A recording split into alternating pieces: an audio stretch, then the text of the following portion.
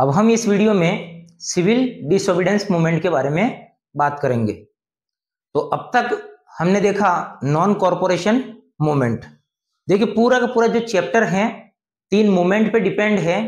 हम एक 1921 से स्टार्ट कर रहे हैं इस चैप्टर को कि 1921 में जहां पर नॉन कॉरपोरेशन मूवमेंट स्टार्ट हुआ था, उसके बाद जो सेकंड जो इंपॉर्टेंट मूवमेंट जो रहा है वो था सिविल डिसोबीडियंस मूवमेंट। और उसके बाद फाइनल हम एक मूवमेंट के बारे में पढ़ेंगे जिसे कहते हैं क्विट इंडिया मूवमेंट, यानी भारत छोड़ो आंदोलन। देश के अंदर 1920 से लेकर देश की आजादी तक ये 3 ऐसे मूवमेंट रहे हैं जिनकी वजह से देश को आजादी मिली। फाइनली अंग्रेजों को रियलाइज हो चुका था कि अब देश के लोगों को, भारत के लोगों को गुलाम बनाकर नहीं रख सकते। तो फाइनली एक मूवमेंट तो हमने पढ़ा है नॉन कॉरपोरेशन मूवमेंट। तो आइए अब पढ़ते हैं सेकंड मूवमेंट के बारे में जिसका नाम है सिविल डिसओबीडियंस मूवमेंट। तो फाइनली 1922 के अंदर गांधी जी ने क्या किया, नॉन कॉरपोरेशन मूवमेंट को बंद कर दिया। Finally in Feb 1922 Gandhi ji called off non corporation movement. उस समय 1922 के अंदर एक घटना घटी थी जिसके बारे में हमने प्रीवियस वीडियो में डिस्कस किया है, चोरी चोरा घटना। अब उस समय क्या हुआ था, इस घटना ने हिंसक रूप ले लिया था जिसमें एक पुलिस स्टेशन को आग लगा दी गई थी। जब गांधी जी को इस बारे में पता चला कि अब आंदोलन एक उग्र रूप ले चुका है, हिंसा का रूप ले चुका है, तो इस वजह से गांधी जी ने फाइनली 1922 के अंदर इस मूवमेंट को बंद कर दिया। अब आगे क्या हुआ, Now some leaders were tired of mass struggle and wanted to participate in provincial council election. अब कुछ नेता जो थे कांग्रेस के वो काफी थक चुके थे क्योंकि काफी लंबा मास स्ट्रगल हुआ, लंबा आंदोलन चला, तो वो लोग काफी थक चुके थे और अब वो चाहते थे कि काउंसिल के जो इलेक्शन होते थे, जो कि ब्रिटिश गवर्नमेंट ने एक एक्ट के तहत बनाए थे, काउंसिल यानी परिषद के जो चुनाव होते थे, तो कुछ लीडर्स चाहते थे कि वो काउंसिल के इलेक्शन में पार्टिसिपेट करें। और आखिर वो क्यों चाहते थे, now they wanted to oppose British policies within the council and argue for reforms. वो चाहते थे कि हम जब काउंसिल के इलेक्शन में पार्टिसिपेट करेंगे तो ब्रिटिश गवर्नमेंट को हम विरोध करेंगे और उनको बताएंगे कि उनका जो सिस्टम जो है वो एक तरह से डेमोक्रेटिक सिस्टम नहीं है। तो इस तरह से कुछ लीडर्स ये चाहते थे कि काउंसिल ऑफ इलेक्शन में पार्टिसिपेट किया जाए और इसके लिए CR Das and Motilal Nehru formed the Swaraj party within the Congress to argue for return to council politics. और इसके लिए जो CR दास जो थे और मोतीलाल नेहरू कांग्रेस के बड़े नेता थे, इन्होंने मिलकर एक पार्टी बनाई, उस पार्टी का नाम था स्वराज पार्टी। फाइनली टारगेट ये था कि काउंसिल ऑफ इलेक्शन में पार्टिसिपेट किया जाए और अंग्रेजों को उनके बारे में, उनकी पॉलिसीज के बारे में बताया जाए, उनकी पॉलिसीज का विरोध किया जाए। तो ये थे CR दास और मोतीलाल नेहरू जिन्होंने कांग्रेस में रहते हुए ही एक पार्टी का निर्माण किया था। उस पार्टी को हम स्वराज पार्टी कहते हैं। But younger leader like Jawaharlal Nehru and Subhash Chandra Bose wanted more radical mass agitation and full independence. लेकिन कुछ बड़े जो नेता जो थे जैसे कि सुभाष चंद्र बोस हुए, जवाहरलाल नेहरू, ये चाहते थे मास एजिटेशन, मतलब कुल मिला के उग्र आंदोलन चाहते थे और कंप्लीट यानी फुल इंडिपेंडेंस चाहते थे। At that time due to great economic depression agricultural prices fell and demand export of agricultural goods decline after 1930। एक दौर आया था, ग्रेट इकोनॉमिक डिप्रेशन का एक दौर आया था। उस समय प्रोडक्शन बंद हो चुका था, यहां तक कि उसका इफेक्ट इंडिया पर भी देखने को मिला। तो उस समय यह हुआ था कि जो एग्रीकल्चरल प्रोडक्ट जो थे, गुड्स जो थी, उनके प्राइसेस काफी कम हो चुके थे, कीमतें गिर चुकी थी, यहां तक कि एक्सपोर्ट भी घट चुका था। फाइनली क्या हुआ, it was very difficult to pay revenue. अब किसान लोगों के लिए सबसे बड़ी दिक्कत थी कि किस तरह से अपनी फसलों को बेचा जाए, हार्वेस्ट को कैसा बेचा जाए और किस तरह से रिवेन्यू को पे किया जाए। अब ऐसी सिचुएशन जिसमें एग्रीकल्चरल गुड्स के प्राइसेस कम होते जा रहे थे, एक्सपोर्ट डिक्लाइन होता जा रहा था, ऐसी सिचुएशन में क्या हुआ कि ब्रिटिश गवर्नमेंट जो थी उन्होंने एक कमीशन बनाया। उस कमीशन का नाम था साइमन कमीशन। तो आइए देखते हैं कि साइमन कमीशन क्या था। The British government formed a commission under the leadership of sir John Simon. Sir John Simon के लीडरशिप में ब्रिटिश गवर्नमेंट ने एक कमीशन बनाया। कमीशन का मतलब होता है एक दल, यानी एक ग्रुप, एक टीम बनाई। और इस टीम का काम क्या था? They work for this commission was to look at the functioning of the constitutional system in India and gave some suggestion for it। और इस कमीशन का काम यह था कि इंडिया में फंक्शन को देखना कि किस तरह से जो डेमोक्रेटिक जो कॉन्स्टिट्यूशनल जो सिस्टम जो है वो किस तरह से काम कर रहा है, और वो देखना, उसमें कोई कमियां हो तो बताना, सजेशन देना, ये इस कमीशन का मेन काम था। लेकिन सबसे खास बात ये थी कि there was a one drawback in this commission। there was no a single Indian member in this commission। they were all British। लेकिन इस कमीशन की सबसे बड़ी जो ड्रॉबैक जो थी, जिस कमीशन को इंडिया में कॉन्स्टिट्यूशनल रिफॉर्म्स के लिए भेजा गया था, ब्रिटिश गवर्नमेंट ने सिस्टम को सुधारने के लिए भेजा था, लेकिन इस कमीशन में सबसे बड़ी कमी यह थी कि कोई भी इंडियन नहीं था। सारे जितने भी मेंबर जो थे वो सभी ब्रिटिश थे। And so people opposed the Simon commission. इसीलिए लोगों ने इसका विरोध किया। साइमन कमीशन का जगह जगह विरोध किया गया, क्योंकि ये एक ऐसा कमीशन जो इंडिया में भेजा गया, इंडिया के सिस्टम पर सजेशन देने के लिए, फंक्शन किस टाइप से हो रहा है, कमियां है या नहीं है, लेकिन इसमें एक भी इंडियन नहीं था। तो जब इंडियन ही नहीं है तो वो इंडिया के पक्ष में क्या अपना सजेशन देगा? तो फाइनली लोगों ने उसका क्या किया? अपोज किया। When Simon Commission arrived in India in 1928, it was greeted यानी welcome with the slogan "Go back Simon"। और जब 1928 के अंदर साइमन कमीशन जब इंडिया पहुंचा तो जगह जगह नारों के साथ उनका स्वागत किया गया, नारे लगाए गए जगह जगह, Simon go back, Simon go back, Simon वापस जाओ, साइमन वापस जाओ। फाइनली इसी तरह का एक डिमॉन्स्ट्रेशन, एक विरोध प्रदर्शन लाहौर में हो रहा था। उस विरोध प्रदर्शन को लाला लाजपत राय कर रहे थे। Lala Lajpat Rai was attacked by the British police during the peaceful demonstration against the Simon Commission in Lahore। Lahore के अंदर साइमन कमीशन का विरोध किया जा रहा था, और उस विरोध प्रदर्शन को, उस डिमॉन्स्ट्रेशन को लाला लाजपत राय सपोर्ट कर रहे थे। लेकिन ब्रिटिश पुलिस ने उन पर अटैक कर दिया, और अटैक करने की वजह से आप जख्मी हो गए, घायल हो गए, और कुछ समय बाद आपकी डेथ हो गई। लाला लाजपत राय के मरने के बाद जगह जगह डिमॉन्स्ट्रेशन स्टार्ट हुआ, प्रोटेस्ट चालू हुआ, और इसमें all parties including the Congress and Muslim League participate in the demonstration। और ये जो विरोध प्रदर्शन हो रहा था, डिमॉन्स्ट्रेशन जो हो रहा था, इसमें मुस्लिम लीग और कांग्रेस पार्टी दोनों ने ही पार्टिसिपेट किया। अब ये जो विरोध प्रदर्शन हो रहा था, प्रोटेस्ट जो हो रहा था, इस विरोध प्रदर्शन को शांत करने के लिए, यानी काम करने के लिए, विरोध को कम करने के लिए अंग्रेजों ने एक राउंड टेबल कॉन्फ्रेंस आयोजित की।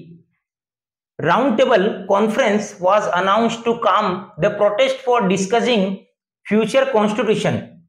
अब जगह जगह विरोध प्रदर्शन हो रहा था, डिमॉन्स्ट्रेशन चल रहा था। अब फाइनली अंग्रेजों ने सोचा कि किसी न किसी इस विरोध प्रदर्शन को शांत किया जाए, इसको खत्म किया जाए। तो अंग्रेजों ने क्या किया? एक राउंड टेबल कॉन्फ्रेंस लंदन में आयोजित की। राउंड टेबल कॉन्फ्रेंस मतलब इसमें क्या था कि चारों तरफ गोल में कुर्सियां लगा रखी थी, इसी वजह से इसका नाम ही रख दिया राउंड टेबल कॉन्फ्रेंस। तो फाइनली इसमें कांग्रेस के लीडर्स को इनवाइट किया गया कि फ्यूचर कॉन्स्टिट्यूशन के बारे में डिस्कस करने के लिए आइए आप। लेकिन कांग्रेस के जो लीडर्स जो थे were not satisfy with this. Congress के लीडर इससे सेटिस्फाई नहीं थे, फाइनली जो फर्स्ट राउंड टेबल जो कॉन्फ्रेंस जो हुई थी लंदन के अंदर, उसका बॉयकॉट किया गया और उसमें कांग्रेस ने पार्टिसिपेट नहीं किया। Finally under the presidency of Jawaharlal Nehru in the Lahore session of Congress December 1929 they demanded पूर्ण स्वराज और full independence for India. Finally Congress ने नेहरू जी की लीडरशिप में लाहौर सेशन हुआ था, कांग्रेस का लाहौर सेशन, जो कि दिसंबर 1929 में हुआ था, और इसी में कांग्रेस ने एक प्रस्ताव पास किया था पूर्ण स्वराज। पूर्ण स्वराज यानी कंप्लीट इंडिपेंडेंस यानी फुल इंडिपेंडेंस फॉर इंडिया। इस तरह से एक प्रस्ताव पास करके एक डिमांड रख दी गई और it was declared that 26 January 1930 would be celebrate as the independence day. और ये डिसाइड किया गया कि जो 26 जनवरी आएगी 1930 की, उस दिन हम देश में आजादी दिवस बनाएंगे। इस तरह से कांग्रेस ने लाहौर सेशन में एक पूर्ण स्वराज यानी कंप्लीट इंडिपेंडेंस, फुल इंडिपेंडेंस की डिमांड को रखा, प्रस्ताव पास हम बात करेंगे साल्ट मार्च। साल्ट मार्च जिसे हम दांडी यात्रा के नाम से जानते हैं। तो इस टॉपिक में, इस वीडियो में हम देखेंगे कि गांधी जी ने दांडी यात्रा क्यों की थी, उनके पीछे क्या मकसद था, और साथ में देखेंगे सिविल डिसोबीडियंस मूवमेंट की लॉन्चिंग कहां से होती है। तो आइए देखते हैं कि आखिर गांधी जी ने दांडी यात्रा क्यों की थी। Gandhi ji found in salt a powerful symbol that could unite the nation. Gandhi ji का मानना था कि सॉल्ट एक ऐसी चीज है जो देश को यूनाइट कर सकती है, एकता के सूत्र में बांध सकती है। इसीलिए on 31 January 1930 Gandhi ji sent a letter to viceroy Irwin with 11 demand. इसी चीज को ध्यान में रखते हुए 31 जनवरी 1930 को गांधी जी ने उस समय के जो वाइसरी जो थे लॉर्ड इरविन, उनको एक लेटर लिखा जिसमें 11 डिमांड लिखी गई। गांधी जी ने एक लेटर लिखा जिसमें 11 डिमांड थी। The most important demand was abolish the salt tax. उन 11 डिमांड में से सबसे खास जो डिमांड जो थी वो थी abolish the salt tax. Abolish का मतलब होता है समाप्त करना, खत्म करना, क्योंकि उस समय क्या था कि अंग्रेजों ने सॉल्ट पर भी टैक्स लगा रखा था। यहां तक कि कोई भी इंडियंस ब्रिटिश गवर्नमेंट की परमिशन के बगैर सॉल्ट नहीं बना सकता था, तो अंग्रेजों ने सॉल्ट पर टैक्स लगा रखा था। तो गांधी जी ने उस सॉल्ट टैक्स को खत्म करने के लिए 11 सूत्रीय डिमांड इरविन को भेजी। The salt was something consumed by the rich and the poor. He wanted to include all section of the society with himself. Salt एक ऐसी चीज है जिसको अमीर भी खाते हैं, गरीब भी खाते हैं। मतलब बिना सॉल्ट यानी नमक के तो टेस्ट आता भी नहीं है। तो इसी वजह से गांधी जी ने सोचा कि ये एक पावरफुल सिंबल है, एक ऐसा टूल्स है जिसको यूनाइट करके, जिसका यूज करके सभी लोगों को मूवमेंट के साथ जोड़ा जा सकता है। तो गांधी जी चाहते थे कि सोसाइटी के जितने भी सेक्शन हैं, चाहे वो अमीर हो, गरीब हो, वो इस मूवमेंट के साथ जुड़े। तो इसीलिए गांधी जी ने फाइनली क्या किया, इस तरह से एक मूवमेंट यानी यात्रा लॉन्च की। Gandhi ji letter was an ultimatum if the demand were not fulfilled by 11 March Congress would launch a civil disobedience movement. Gandhi ji ने ये जो इरविन को जो लेटर जो लिखा था उसमें एक अल्टीमेटम दिया गया था, एक तारीख दी गई थी कि अगर 11 मार्च तक, 11 मार्च तक अगर डिमांड हमारी पूरी नहीं होती है तो फिर सिविल डिसोबीडियंस मूवमेंट यानी अभियान लॉन्च किया जाएगा, यानी सभी ने अवज्ञा आंदोलन चालू किया जाएगा। लेकिन क्या था, Irwin was unwilling to negotiate. Irwin इतना वो सोचा कि क्या पता होगा या नहीं होगा, कुछ इतनी मतलब जो डिमांड जो की गई थी उस डिमांड पर, उस अल्टीमेटम पर इतना ध्यान नहीं दिया गया। फाइनली गांधी जी की जो डिमांड जो थी उसको एक्सेप्ट नहीं किया गया। तो इसीलिए Gandhi ji started his famous salt march with his 78 volunteers from Sabarmati Ashram on 11 March 1930 and reached Dandi town in Gujarat on 6 April 1930।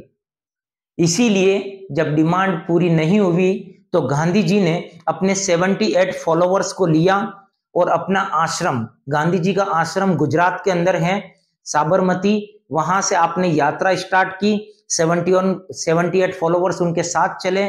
Finally डांडी 6 अप्रैल 1930 को वो पहुंचे।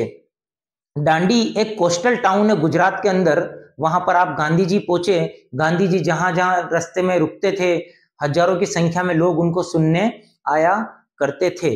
इस तरह से गांधी जी की डांडी यात्रा चल रही थी। Here Gandhi ji manufactured salt and broken the salt law which imposed by the Britishers and launched civil disobedience movement। और यहां पहुंचकर गांधी जी ने नमक कानून को तोड़ा और एक नया आंदोलन की शुरुआत की जिसे हम सिविल डिसोबीडियंस मूवमेंट यानी सविनय अवज्ञा आंदोलन कहते हैं। तो ये थी गांधी जी की यात्रा जिसे हम डांडी यात्रा के नाम से जानते हैं, जो कि 78 फॉलोवर्स को लेकर गांधी जी ने अपने आश्रम से स्टार्ट करी थी। और यहीं से एक नए मूवमेंट की शुरुआत होती है जिसे हम सिविल डिसोबीडियंस मूवमेंट कहते हैं। तो अब हम देखेंगे कि जो सिविल डिसोबीडियंस मूवमेंट जो गांधी जी ने लॉन्च किया था डांडी मार्च के बाद, इसमें और पिछला जो मूवमेंट जो चला था नॉन कॉर्पोरेशन मूवमेंट, उन दोनों में डिफरेंस क्या था, इसको समझने के लिए आपको थोड़ा सा बैक में जाना पड़ेगा। पहले आपको नॉन कॉर्पोरेशन मूवमेंट देखना पड़ेगा कि नॉन कॉर्पोरेशन मूवमेंट में क्या था और सिविल डिसोबीडियंस मूवमेंट क्या था। तो सिविल डिसोबीडियंस मूवमेंट और नॉन कॉर्पोरेशन मूवमेंट में डिफरेंस क्या था, आइए देखते हैं कि people were not now asked not only to refuse corporation but also to break British law. मतलब दोनों ही मूवमेंट में अगर देखा जाए तो जहां हमने नॉन कॉर्पोरेशन मूवमेंट में देखा था तो वहां लोगों से कहा गया था कि आप किसी भी तरह का ब्रिटिश गवर्नमेंट को कोऑपरेट ना करें। यानी जैसे कि अगर जितने भी ब्रिटिश गवर्नमेंट के स्कूल्स हैं वहां से निकल जाएं, ब्रिटिश गवर्नमेंट की जो उपाधियां हैं, टाइटल जो है वो लौटा दिए जाएं, ब्रिटिश गवर्नमेंट के जितने भी कोर्ट्स हैं वो सारे छोड़ दिए जाएं। तो कुल मिला के नॉन कॉर्पोरेशन मूवमेंट में तो ये था कि कोऑपरेट नहीं करना, लेकिन जो सिविल डिसोबीडियंस मूवमेंट में ये था कि कोऑपरेट तो नहीं करेंगे, प्लस हम अंग्रेजों द्वारा जो बनाए गए जो रूल्स जो थे ना उनको भी तोड़ना था। तो दोनों ही मूवमेंट में अगर मेन डिफरेंस अगर देखा जाए तो यही निकलता है कि एक में था कोऑपरेशन और दूसरे में था break British law. Non corporation में मूवमेंट कोऑपरेट नहीं करना था, अंग्रेजों को किसी भी तरह से कोऑपरेट नहीं करना था। लेकिन अब गांधी जी ने सिविल डिसोबीडियंस मूवमेंट चलाया, इसका टारगेट ये था कि हम कोऑपरेट तो नहीं करेंगे लेकिन हम आपके द्वारा जितने भी बनाए गए लॉज जो हैं उन सारे लॉज को हम तोड़ेंगे, यानी किसी भी तरह का आपका ओबे नहीं करेंगे, यानी डिसओबे किया जाएगा। तो इस तरह से मेन दोनों ही अगर मूवमेंट में देखा जाए तो मेन डिफरेंस ये निकल के आता है। अब इस मूवमेंट में क्या हुआ, thousand of people broke the salt law and manufactured salt. हजारों की संख्या में लोगों ने इस कानून को तोड़ा, सॉल्ट लॉ को तोड़ा, लोगों ने नमक बनाया और अंग्रेजों द्वारा जो कानून जो बनाया गया था जिसके तहत ब्रिटिश जो भी इंडियंस होता था उसको सॉल्ट बनाने के लिए परमिशन लेनी पड़ती थी, तो उस कानून को लोगों ने तोड़ दिया और नमक बनाया। एंड पीजेंट रिफ्यूज टू पे रेवेन्यू, और वो किसान जिनको काफी पे करना पड़ता था, लगान चुकाना पड़ता था, अब उन लोगों ने भी लगान देने से मना कर दिया। यहां तक कि forest people violate forest law, और वो लोग जो पहले काफी परेशान थे, अंग्रेजों ने ऐसे ऐसे फॉरेस्ट लॉ बना रखे थे जिसके तहत जो लोग प्लांटेशन में काम करते थे वो दोबारा वापस प्लांटेशन छोड़कर नहीं जा सकते थे। यहां तक कि बिना अंग्रेजों की परमिशन के वो लोग अपने घरों तक नहीं जा सकते थे, उनको प्लांटेशन में ही रहना पड़ता था। तो जो लोग फॉरेस्ट में रहते थे अब उन्होंने अंग्रेजों द्वारा बनाए गए फॉरेस्ट लॉ को भी तोड़ना स्टार्ट किया। अब जगह जगह ये मूवमेंट चल रहा था। फाइनली अब अंग्रेजों ने क्या किया, Gandhi ji and Abdul Ghaffar Khan were arrested in April 1930। अब अंग्रेजों ने क्या किया, इस मूवमेंट को क्रश करने के लिए, कुचलने के लिए खान अब्दुल गफ्फार खान और महात्मा गांधी जी को अप्रैल 1930 में अरेस्ट कर लिया गया, गिरफ्तार कर लिया गया। जब लोगों को इस बारे में पता चला कि कांग्रेस के बड़े नेता गांधी जी और खान अब्दुल गफ्फार खान को अरेस्ट कर लिया गया है, तो लोगों ने अब अटैक करना स्टार्ट कर दिया। मूवमेंट और ज्यादा उग्र हो चुका था। इसी तरह से आगे क्या हुआ, peacefully satyagrahis were attacked, women and children were beaten and about 1 lakh people were arrested. अंग्रेजों ने सत्याग्रहियों पर अटैक करना चालू कर दिया, बच्चे महिलाओं को पीटना स्टार्ट कर दिया, यहां तक कि अंग्रेजों ने 1 लाख लोगों को गिरफ्तार कर लिया। फाइनली इसी सिचुएशन के अंदर Gandhi ji once again stopped the movement and decided to pact with Irwin on March 1931। जब ऐसी सिचुएशन आई, लगभग 1 लाख लोगों को गिरफ्तार कर लिया गया, बच्चों को पीटा जा रहा था, महिलाओं को पीटा जा रहा था, तो ऐसी सिचुएशन में गांधी जी ने फाइनली इस मूवमेंट को एक बार फिर से बंद करने का सोचा और इरविन, जो कि उस समय वाइसरी था, उसके साथ समझौता करने का सोचा। तो अब हम देखेंगे गांधी जी और इरविन के बीच क्या पैक्ट हुआ, क्या समझौता हुआ। अब हम देखेंगे गांधी इरविन पैक्ट, यानी गांधी जी और इरविन के बीच में एक समझौता हुआ था। तो आइए देखते हैं यह समझौता क्या था, Gandhi Irwin pact. According to this pact, Gandhi ji would participate in the second round table conference in London, and in return government agreed to release the political leaders imprisoned during the movement. Gandhi Irwin pact एक ऐसा समझौता जो गांधी जी और Irwin के बीच में हुआ था। इस समझौते के तहत ये बात रखी थी गांधी जी ने, क्योंकि इससे पहले अंग्रेजों ने फर्स्ट राउंड टेबल कॉन्फ्रेंस भी रखी थी, जिसका कांग्रेस ने बाइकआउट किया था साइमन कमीशन के against. Finally second round table conference में गांधी जी और इरविन के बीच में समझौता हुआ। गांधी जी इस बात पर एग्री हुए कि वो पार्टिसिपेट करेंगे, सेकंड राउंड टेबल कॉन्फ्रेंस में पार्टिसिपेट करेंगे, लेकिन उसी के साथ एक शर्त जुड़ी हुई थी। शर्त ये थी कि रिटर्न में जितने भी हमारे पॉलिटिकल लीडर्स जो हैं, जिनको मूवमेंट के तहत जब देश में आंदोलन चले थे, तो उस समय काफी लोगों को, लगभग 1 लाख लोगों को गिरफ्तार कर लिया गया था, अरेस्ट कर लिया गया था। तो गांधी जी ने उन लोगों को छुड़वाने के लिए सेकंड राउंड टेबल कॉन्फ्रेंस में पार्टिसिपेट करने का सोचा। तो फाइनली एक शर्त रखी गई कि सेकंड राउंड टेबल कॉन्फ्रेंस में गांधी जी जब वहां पर पहुंचेंगे और जब उसमें शामिल होंगे, तब जितने भी बदले में जितने भी लीडर्स जो हैं, जिनको मूवमेंट के तहत गिरफ्तार किया गया था, उन सारे लीडर्स को छोड़ना पड़ेगा। तो ये गांधी जी और इरविन के बीच में एक समझौता था। Gandhi ji went to London for the conference, but the negotiation broke down and he return disappointed. इसके लिए गांधी जी लंदन गए, लेकिन आप लंदन पहुंचे भी, लेकिन ये जो समझौता जो था, ये जो बातचीत जो थी, नेगोशिएट जो थी, एक तरह से ब्रोक डाउन, मतलब बीच में ही टूट गई और गांधी जी नाखुश वापस लौटे, अपने देश वापस लौटे। और उसके बाद क्या हुआ, after came here he saw Gaffar Khan and Jawaharlal Nehru were both in jail and Congress had been declare illegal. जब गांधी जी लंदन से वापस लौटे तो गांधी जी ने देखा कि कांग्रेस के जो बड़े जो नेता हैं, जवाहरलाल नेहरू और खान अब्दुल गफ्फार खान, दोनों को जेल में डाल दिया गया है। यहां तक कि कांग्रेस को इलीगल डिक्लेयर कर दिया गया है। Finally once again Gandhi ji started CDM यानी civil disobedience movement, but by 1930 movement gradually slowed down. एक बार फिर गांधी जी ने अपना मूवमेंट लॉन्च किया, सिविल डिसोबीडियंस मूवमेंट चालू किया, लेकिन फाइनली ये मूवमेंट 1934 आते आते इस मूवमेंट की स्पीड स्लो हो गई और ये मूवमेंट समाप्त हो गया। इस तरह ये था गांधी जी और इरविन के बीच में एक समझौता, जिसे हम गांधी इरविन पैक्ट के नाम से जानते हैं। अब हम देखेंगे कि जो डिफरेंट सोशल ग्रुप जो थे, तो उन्होंने सिविल डिसओबीडियंस मूवमेंट के अंदर किस तरह से पार्टिसिपेट किया, उन लोगों के लिए स्वराज का मीनिंग क्या था।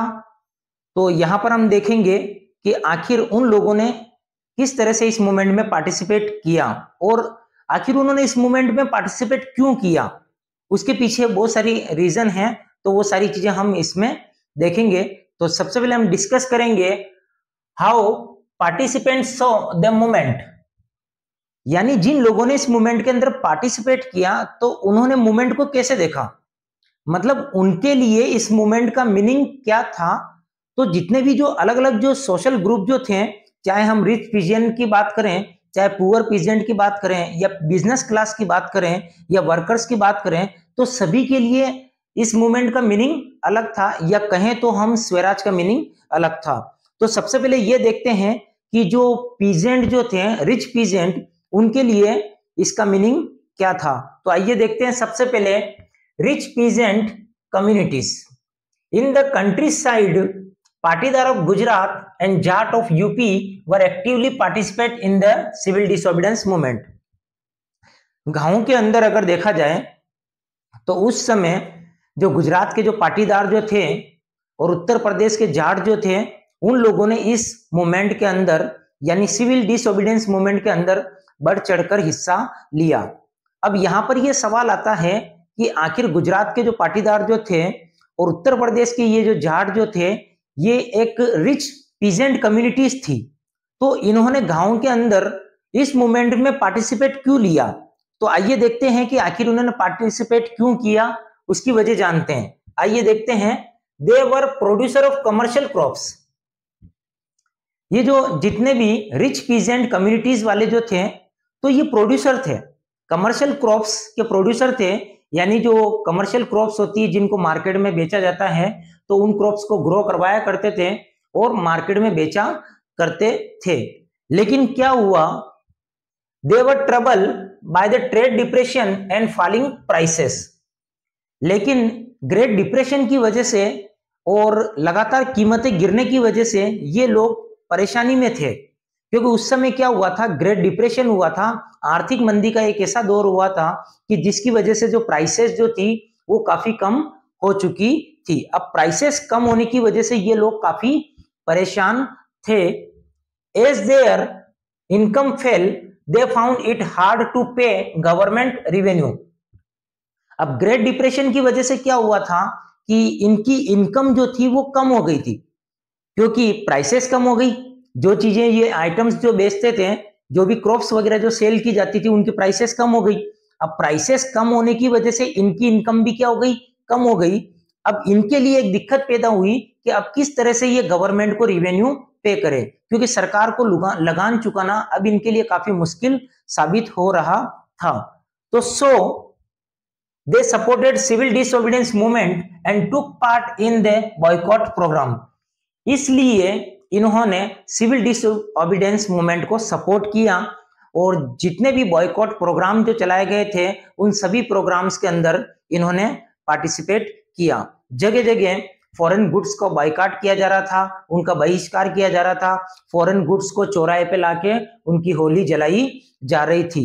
तो इस तरह से ये जो रिच पीजेंट कम्युनिटीज जो थी, इन्होंने भी इसी में बढ़ चढ़कर भाग लिया, पार्टिसिपेट किया। For them, fight for Swaraj was against high revenue।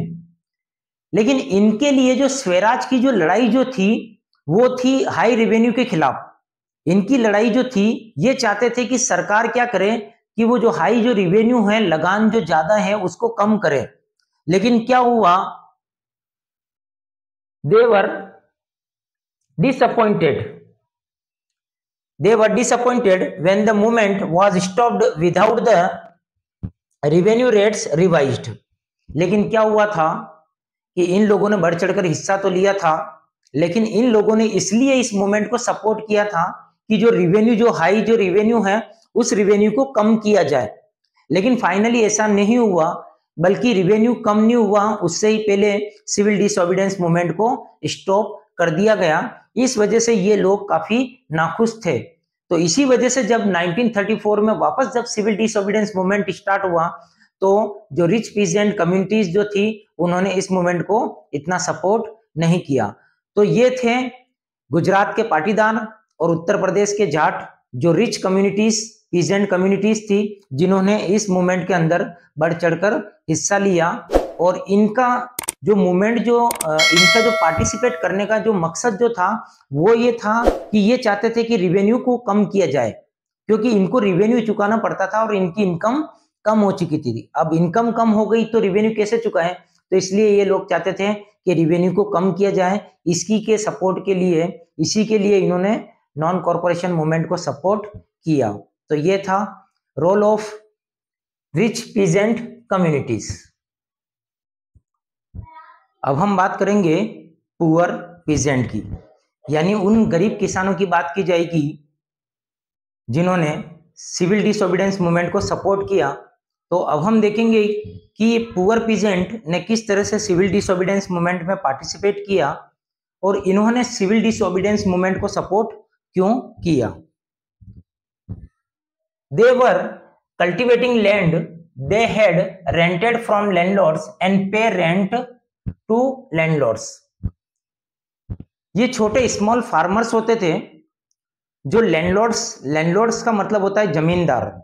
तो ये लोग क्या करते थे, जमींदारों से पट्टे पर जमीन लिया करते थे, यानी किराए पर जमीन लिया करते थे, और बदले में जो रेंट जो होता था, किराया जो होता था, वो लैंडलॉर्ड्स को यानी जमींदारों को पे किया जाता था। अब क्या होता था, but due to economic depression their income was decline. लेकिन क्या हुआ, ग्रेट इकोनॉमिक डिप्रेशन हुआ। अब ये जो डिप्रेशन जो था, यानी ये जो आर्थिक मंदी का दौर जो था, ये काफी लंबा समय तक चला। इसकी वजह से इन लोगों की भी क्या हुई, इनकम जो थी वो काफी कम हो चुकी थी। अब ये लोग चाहते थे, they wanted unpaid rent to the landlords to be remitted. Remitted का मतलब होता है माफ कर देना। अब ये लोग चाहते थे कि वो जो किराया जो था, जो इनको लैंडलॉर्ड्स को चुकाना था, वो किराया माफ कर दिया जाए। इनकी ये डिमांड थी, इसीलिए इन्होंने क्या किया, so they joined a variety of radical movements lead by socialist and communist. इसीलिए इन लोगों ने भी जो सोशलिस्ट और कम्युनिस्ट द्वारा जो रेडिकल मूवमेंट जो चलाए जा रहे थे, उन मूवमेंट में इन लोगों ने भी बढ़ चढ़कर हिस्सा लिया।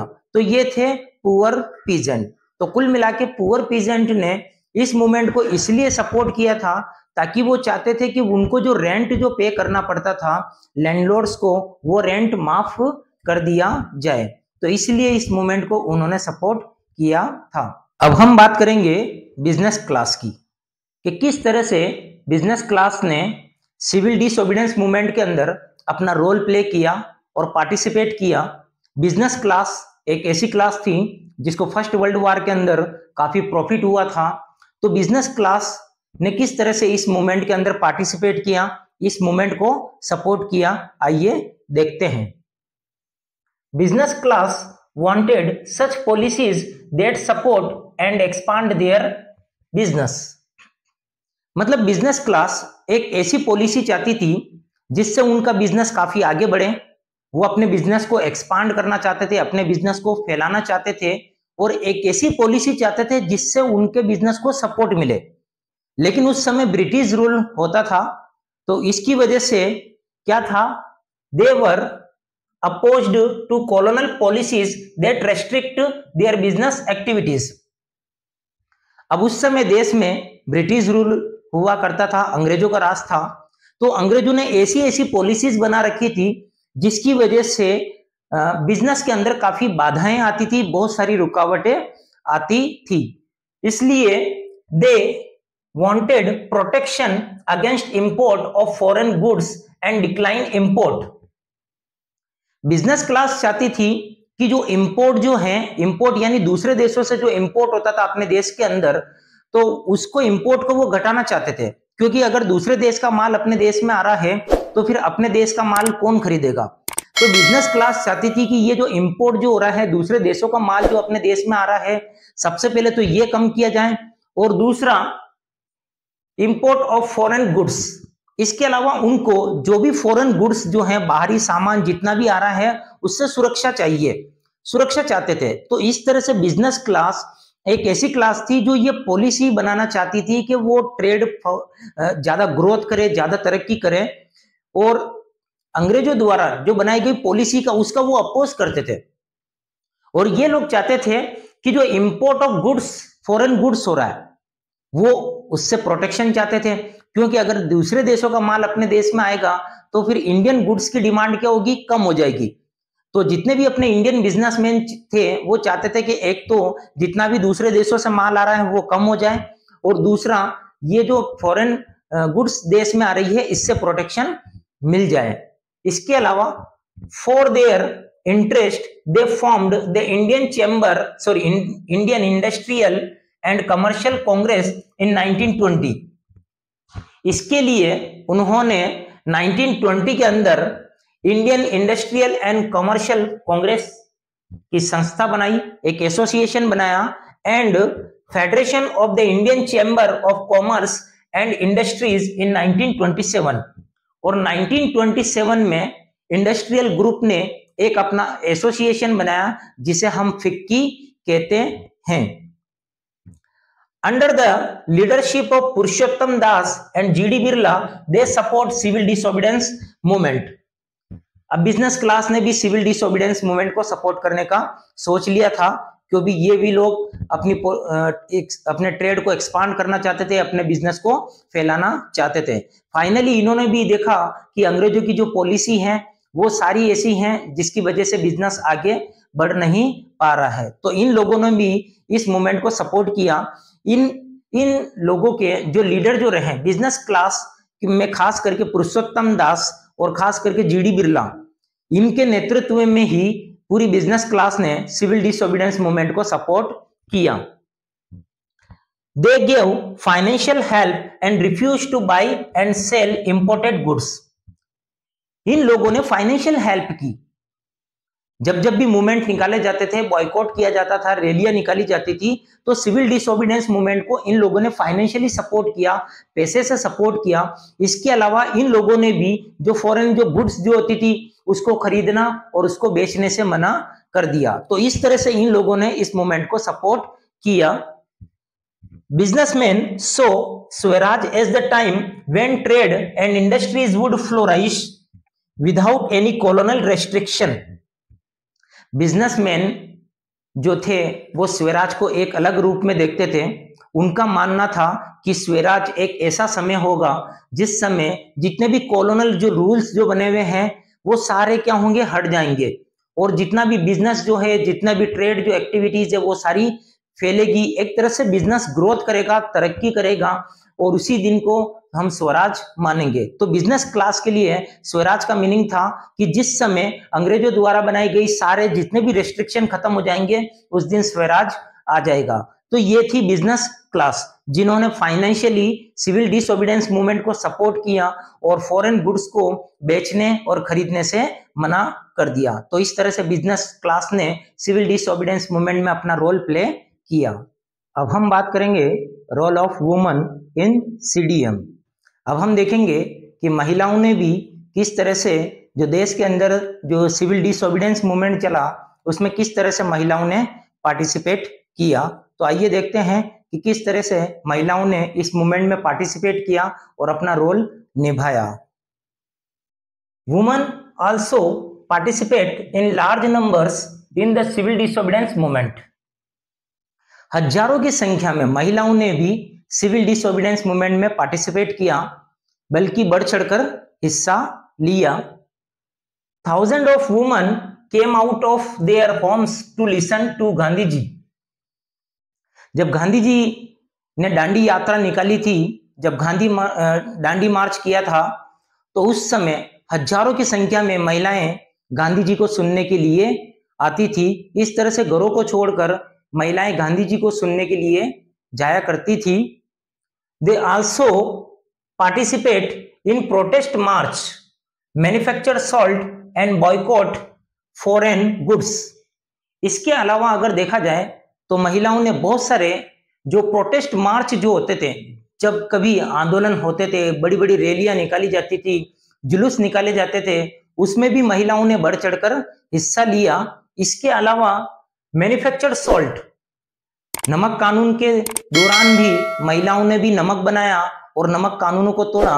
इसके अलावा बॉयकॉट फॉरेन गुड्स, महिलाओं ने भी इस चीज में हिस्सा लिया। जहां जहां फॉरेन गुड्स की होलियां जलाई जाती थी तो महिलाओं ने भी फॉरेन गुड्स की होलियां जलाई, जगह जगह फॉरेन गुड्स का बॉयकॉट किया। तो इस तरह से महिलाओं ने भी सिविल डिसोबीडियंस मूवमेंट के अंदर बढ़ चढ़कर हिस्सा लिया। Many were went to jail, बहुत सारी महिलाएं, जब सिविल डिसोबीडियंस मूवमेंट चला, अंग्रेजों ने लाठियां बरसाई, कितने ही लोगों को गिरफ्तार किया, तो इसमें से बहुत सारी महिलाएं थी जिनको गिरफ्तार किया गया, तो बहुत सी महिलाएं जेल भी गई। And high cast women participate in urban areas and in rural areas rich peasant house hold.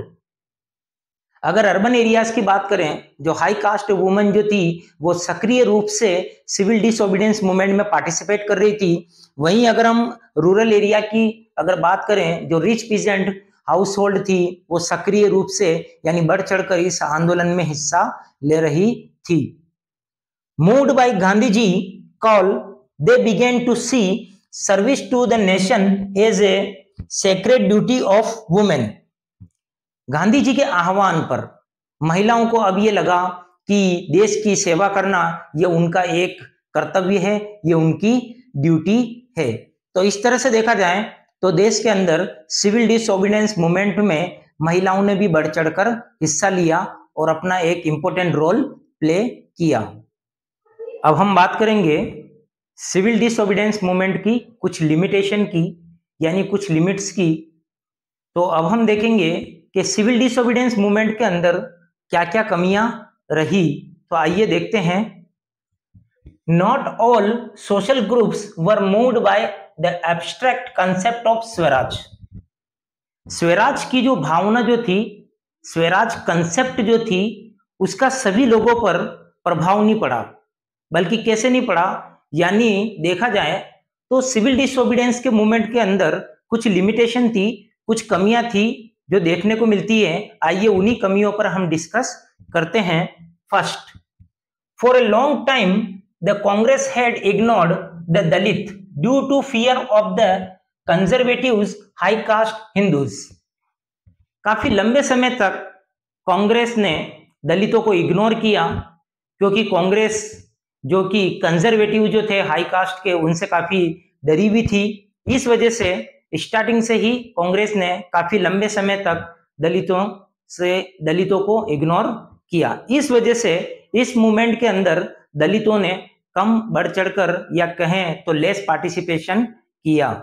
दूसरी वजह, Congress came to be more visible associate with Hindu religious nationalist groups like the Hindu Mahasabha, hence less Muslim participation.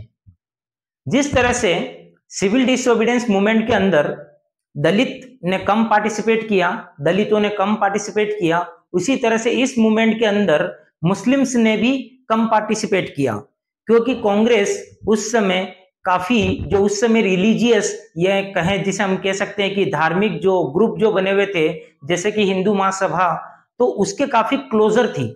इस वजह से Muslims ने इस movement में कम participate किया। तीसरी वजह, rich peasant were disappointed when the civil disobedience movement was called off in 1931 without the revenue rates being revised। इसके अलावा जो रिच पीजेंट जो थे, अमीर किसान जो थे, वो भी काफी नाखुश थे, क्योंकि जब 1931 के अंदर सिविल डिसोबीडियंस मूवमेंट को स्टॉप कर दिया गया था, जबकि जो रिच पीजेंट जो थे उन्होंने सिविल डिसोबीडियंस मूवमेंट को इसलिए सपोर्ट किया था कि जो रिवेन्यू रेट्स जो हैं वो कम होगी या कम की जाएगी, लेकिन ऐसा कुछ भी नहीं हुआ। फाइनली ये था कि कांग्रेस ने 1931 के अंदर इस मूवमेंट को ही स्टॉप कर दिया। इसलिए क्या हुआ, so many of them refused to participate when the movement was restarted in 1932। इसलिए जब सिविल डिसोबीडियंस मूवमेंट 1932 में वापस जब स्टार्ट हुआ तो बहुत सारे जो रिच पीजेंट थे उन्होंने इस मूवमेंट को सपोर्ट नहीं किया और सपोर्ट करने से मना कर दिया। इस तरह से ये तीसरी इसकी सिविल डिसोबीडियंस मूवमेंट की लिमिटेशन थी। चौथी क्या थी? Congress was closer and supported industrialist, hence the industrial workers did not participate in the CDM in large numbers except in Nagpur, Maharashtra region। Congress जो थी स्टार्टिंग से ही काफी वो जो इंडस्ट्रियलिस्ट जो थे उनके काफी नजदीक थी। जो उद्योगपति, इंडस्ट्रियलिस्ट का मतलब जो बिजनेसमैन कह सकते हैं, बड़े बड़े उद्योगपति हैं, जो उनके काफी क्लोजर थी। इस वजह से जो इंडस्ट्रियल जो वर्कर जो थे ना, उन्होंने इसमें बढ़ चढ़कर हिस्सा नहीं लिया। केवल एक जगह थी नागपुर जो कि महाराष्ट्र के अंदर है, उस जगह को छोड़कर वहां के जो वर्कर जो थे उन्होंने सीडीएम में पार्टिसिपेट किया। अदरवाइज जो वर्कर्स जो थे उन्होंने इस मूवमेंट में इतना बढ़ चढ़कर हिस्सा नहीं लिया। तो ओवरऑल देखा जाए तो सिविल डिसोबीडियंस मूवमेंट में ये 4 कमियां देखने को मिलती है। फर्स्ट, दलित ने कम पार्टिसिपेट किया। सेकंड, मुस्लिम्स ने कम पार्टिसिपेट किया।